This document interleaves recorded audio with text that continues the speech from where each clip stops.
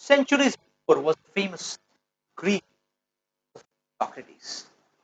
His insights about life, analysis about complex and complex situations, profound that people were widely following him. Some people envious and king and the arrested Socrates and announced death sentence for him. This was all part of the conspiracy of the envious. But even in this most provoking situation, Socrates, and it was a day he was about to be hanged, and Socrates, so composed, smiling. The soldiers who were supposed to execute him, like seeing him, they started questioning him. You're so happy and so happy. This time you're going to die. We are not seeing any fear in your eyes, any fear or perplexity, any happy. Why is it so? Socrates looked with and kindness in his eyes and said, "Way of killing me. You cannot even touch me."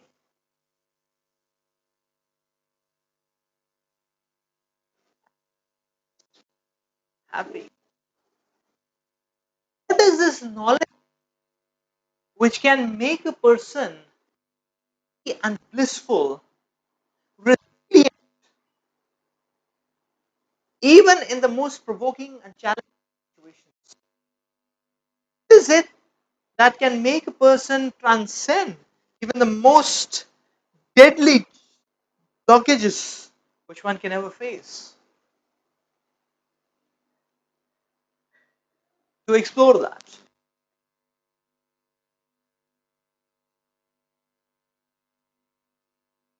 But is our identity limited to this matter, or is it far beyond this matter into a new dimension, the dimension of the spirit?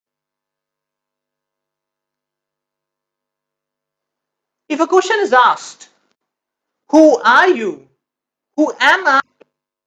Question which we want to explore. What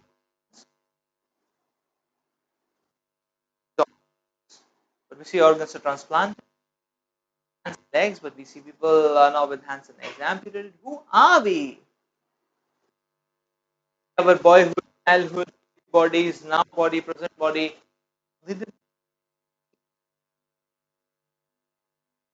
Professor Harry Monson from Illinois researched to answer this question. His answer is interesting.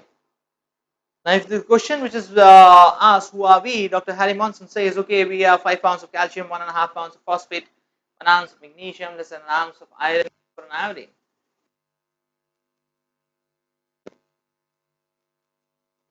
Calcium, phosphate, potassium, sodium, little iron, for iodine. Let's stop here.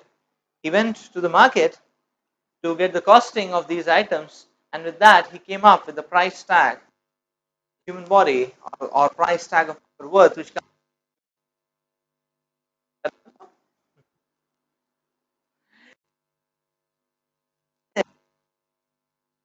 out of our friend, met with an accident. When we reach the spot of the accident, the friend or the car, it's the friend, but the friend is worth 110, worth 25 lakhs.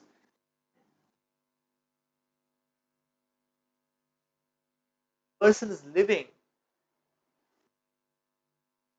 which is adding value to this body, which is worth 110 only. So that adds value to this body. That is the chemicals. Chemicals. Life creates chemicals like a lemon. There's tons and tons and liters and no, uh, in bio containers. Today uses chemicals.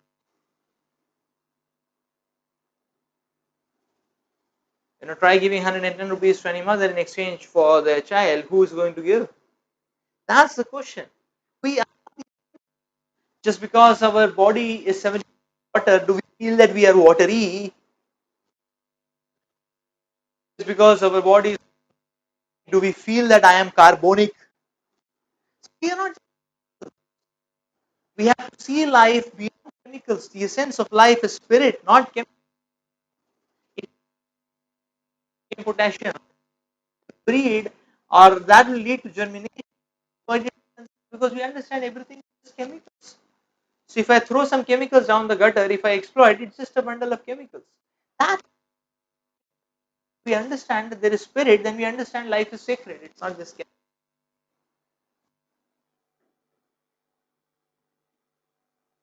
So yes, we are more than chemicals.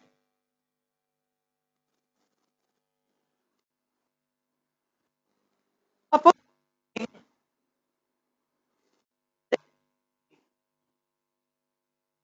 person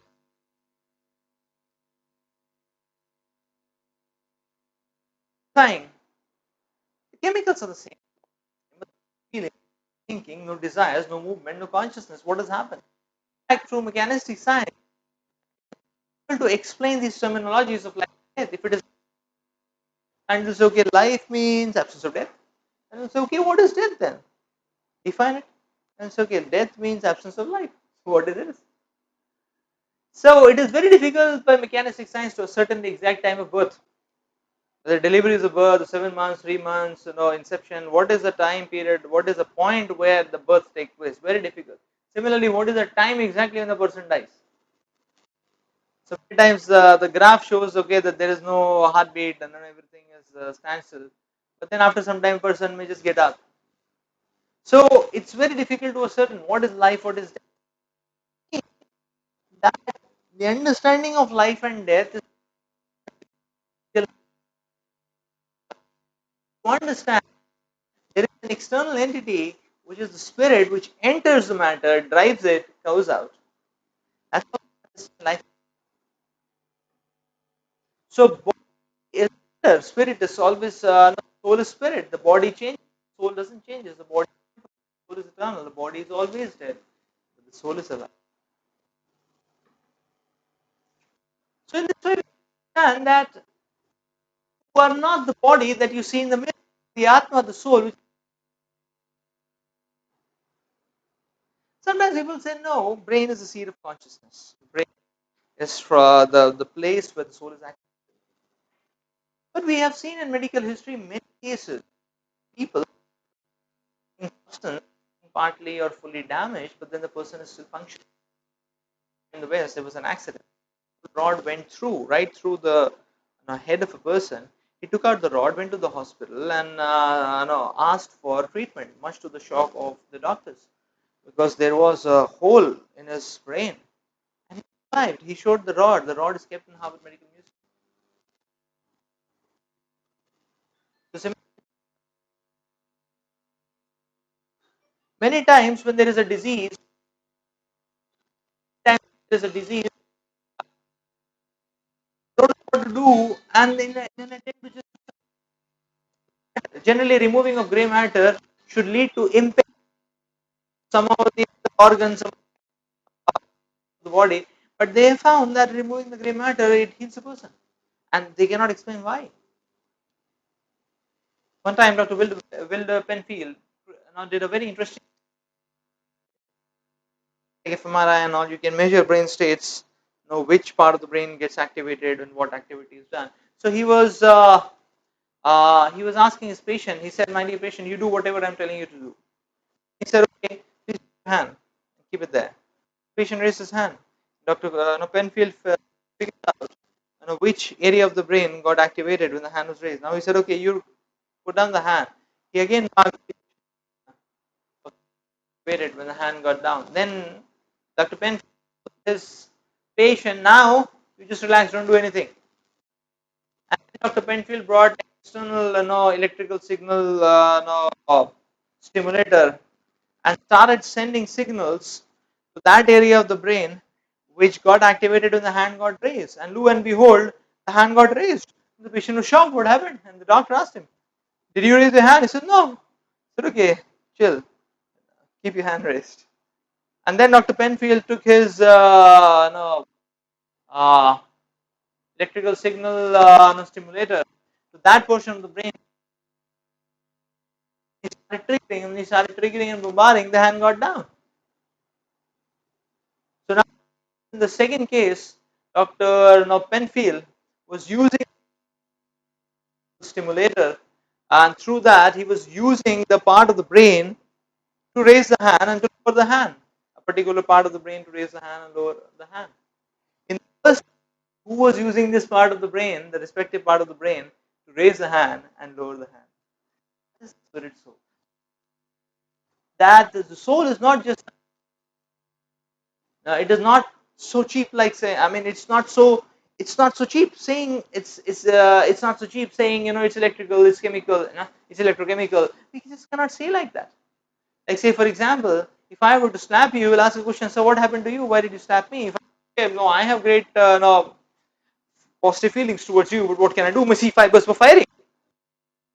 The firing, that's fine, but it's not the C fibers who are held responsible. No, it is there is an existence beyond C fibers who control. That is we soul. Similarly, we just cannot say that our no, our emotions are just, it's just chemical secretions. Okay, emotions, the effect of emotions can be chemical secretion, but the cause is not chemical secretion. Now you may say, okay, if emotions are just chemical secretion, what about the love which we feel for our mother? Is it just some endorphins, dopamine? What is it? Just some enzymes you can take in a syringe and you will feel love for the mother? It's not. So we have to understand all this whole electrochemical machinery is just like a car. The soul is the driver within this car.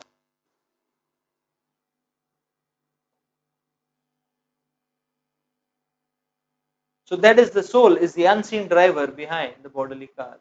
The car cannot budge without the driver. Similarly, without the presence of the soul, the body is termed as dead. Now here it is not knowing the identity of the soul, polishing the cage, but they don't. This is why. What are the problems? Problems are existing in modern, because everyone is pampering and feeding the body, habits and so on, not feeding the soul, which is the bird inside the cage. And because the soul is not being fed,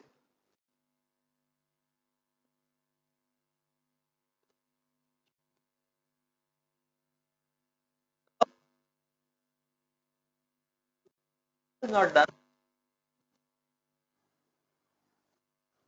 Soul is starving, and hunger in terms of agitation and disturbance of the mind. Therefore, stress, hypertension, is uncontrolled mind is such a big problem in the world today. People's the baseline character, moral are all getting depleted and degraded in the modern day world. Soul is not being fed. There is hunger for the soul. It leads to disturbance of the mind.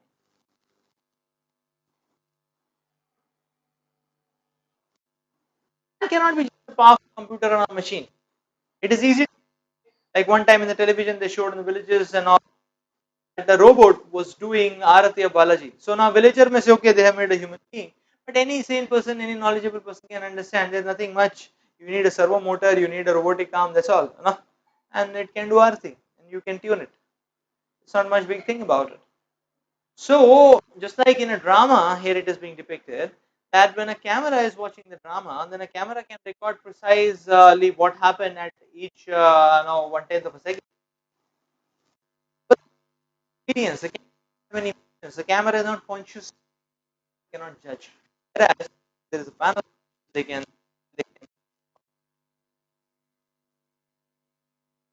judge. That's why we are not mechanical. Life is about experience, which comes from the platform of the soul. So one time a question was asked to Srila Prabhupada, our body is just like seems to be just like a complex machine. Why should he bother about some soul inside the body? Srila Prabhupada gave a beautiful answer. He said that your machine, your car and computers do not grow. You do not have a male and female car which can unite and produce a baby car. So the growth and the reproduction is a symptom of life. Matter only maintains and at max and dwindles. But spirit, that when there is life in the body, a living body, it grows, it maintains, it produces byproduct, it dwindles, and then it dies. That's the difference. That's how we can understand that it's not just mechanical. There is more to life than mechanical. It's a different dimension, the dimension of the spirit. So we see that the spirit soul, for the spirit soul, the gross body is just like a dress. Just like I'm wearing a dress, I'm wearing a shirt. So similarly, the shirt of the soul is the gross body, which is made of earth, water, fire, air, ether. Inside the gross body, there is another body, just subtle body. Just like inside the shirt, sometimes people may wear banyan. So that's a subtle body. The subtle body is made up of mind, intelligence, and ego. And beneath that is the spirit soul. And the nature of the spirit soul is eternity, knowledge, and bliss. Sat, eternity, knowledge, chit, bliss, ananda. And we can see that these natures are very inherent to us. We always feel as if we should be always living, and we always feel as if we will never die. We always want to know more and more. There is a new knowledge, new invention, new news, and excites us. And we always want to become happy, no matter what, because this is nature of the soul. But we see body is completely different. Body is temporary.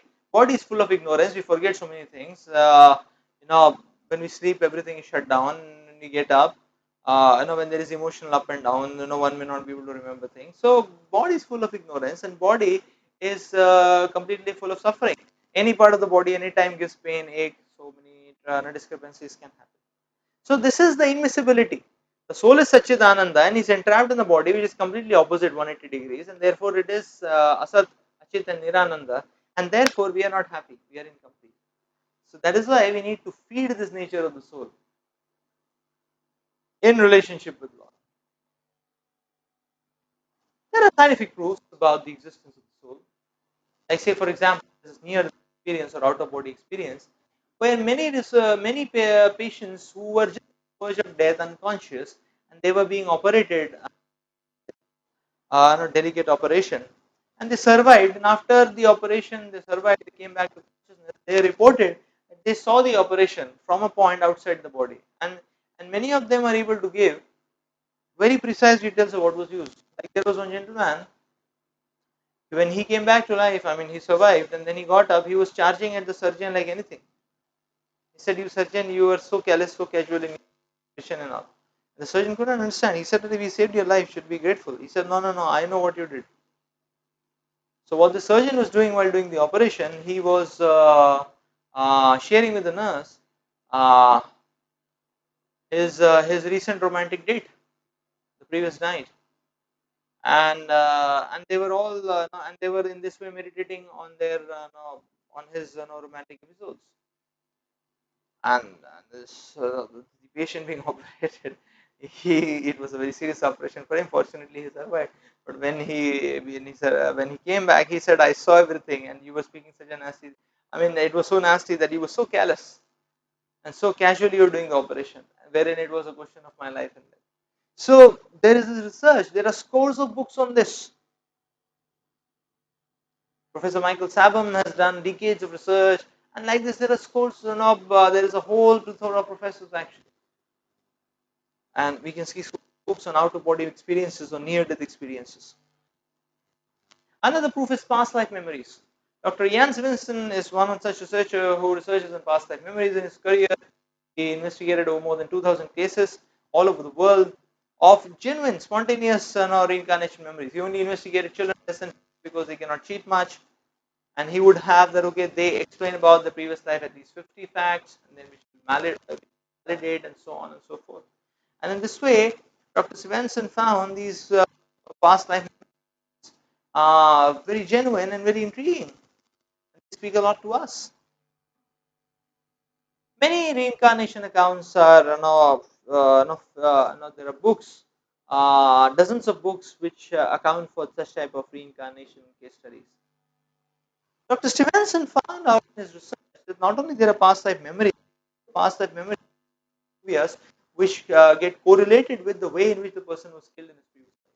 Like somebody got killed in water, then he will have hydrophobia, and so on. Somebody got killed by a weapon.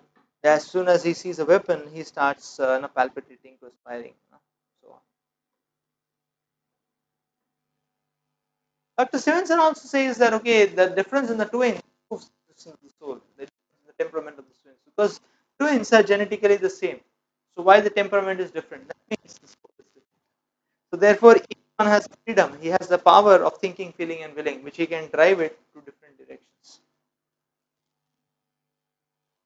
Case study by Dr. Ian Stevenson about a small girl who was remembering her past life. She used to live in a village called Bhatpara, and her name was Mana. So parents were not understanding, but one time they really figured out. They found out that Bhatpara is a real place in Bengal. They went to Bhatpara. As soon as they went, the little girl, a little more than 5. So this little girl was leading. She came to. She pointed out to the owner of the house, Amrita. And she said, "This is my father-in-law." And then she went into the house. She recognized so many people. Haridhan Chakravarti, his husband, his brothers. In fact, his brothers was known as by his nickname all over the village. No, she could not only recount his nickname, but she could recount his actual name also. So she went up, she got her sarees. No? So in this way, she recognized so many things. Such case study, Dr. No, his research.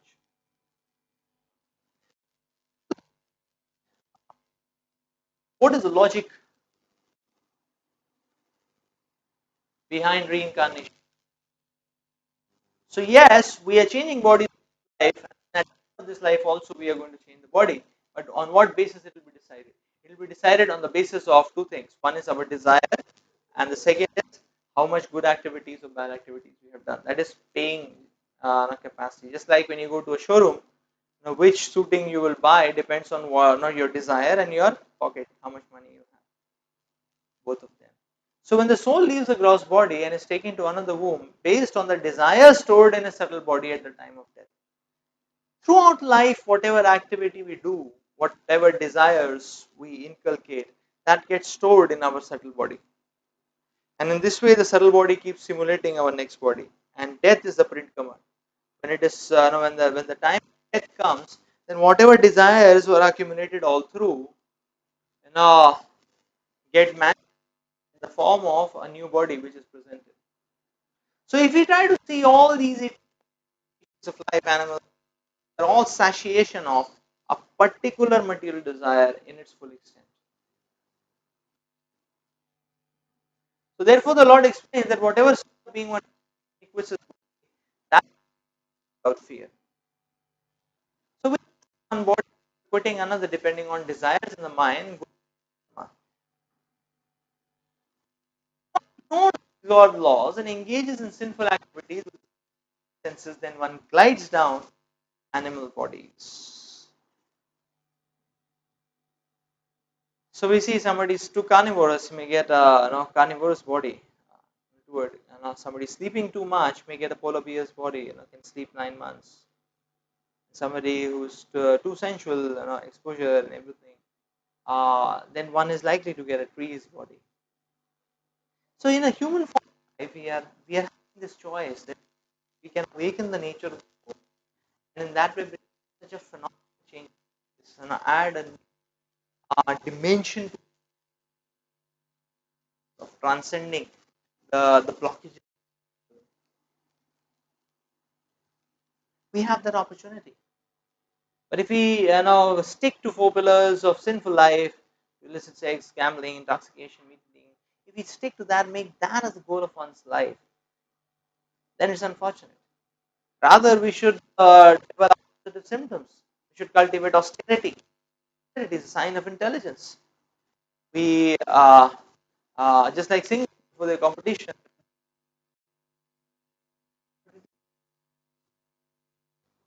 Sacrifice is a sign of love. Knowledge is Knowledge is all about vision, and association is a sign of protection. So we need all of this. Then we elevate gradually to the kingdom of God. So yes, this knowledge of the soul is phenomenal, and when you start living this knowledge, it can open a whole world, a whole new dimension by which or treading on which we can transcend all the blockages and the inabilities of this world. So the nature of the soul is not an artificial imposition on our lifestyles, but the nature of the soul is inherent in our hearts. It has to be awakened, and that's what the person starts feeding the soul, starts connecting to God, following the Lord's laws, instructions. Then one acquires these divine assets, and one gets freedom from demoniac nature. One gets freedom from lamentation, illusion, fearless. One gets a feeling of the bodies and the conditioning may be different, but we understand that qualitatively the spirit soul is the same. So it leads to a universal brotherhood because we can see everyone as children of God. Leads to the concept of universal brotherhood.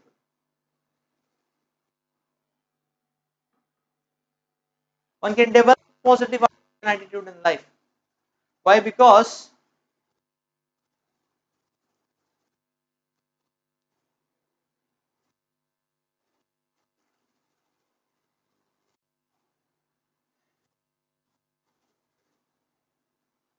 positive outlook in life. Because now we will not see just because just on the superficial plane, but we can see on a plane which is deeper. And as seeing the person, the other person from the perspective of being a part and parcel of God leads to positivity in life. Meditation. Now we can understand that okay, we need to meditate. The food for the soul is meditation on God. Meditation on God. That's food for the soul.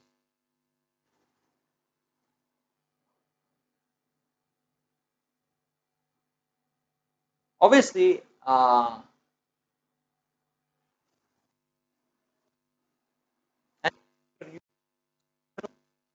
we are the spirits, and we are everything in the service of God. Everything spiritual thing.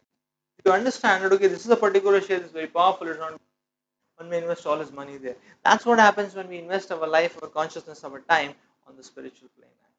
So we have this opportunity to transcend all the blockages which are existing around simply by awakening the nature of ourselves, our true nature as a spirit soul, part and parcel of God, and aligning and following the directions given by the Lord in the form of Shastras and His personal presence. In the form of the Lord is giving these directions to us. Let's take benefit and bring about a phenomenal, meaningful, specious turn